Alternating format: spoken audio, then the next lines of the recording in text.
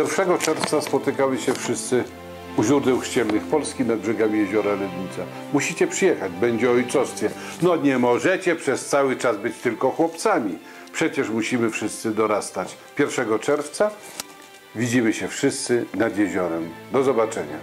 W tym roku na Polach Lednickich 1 czerwca spotykamy się już po raz 17.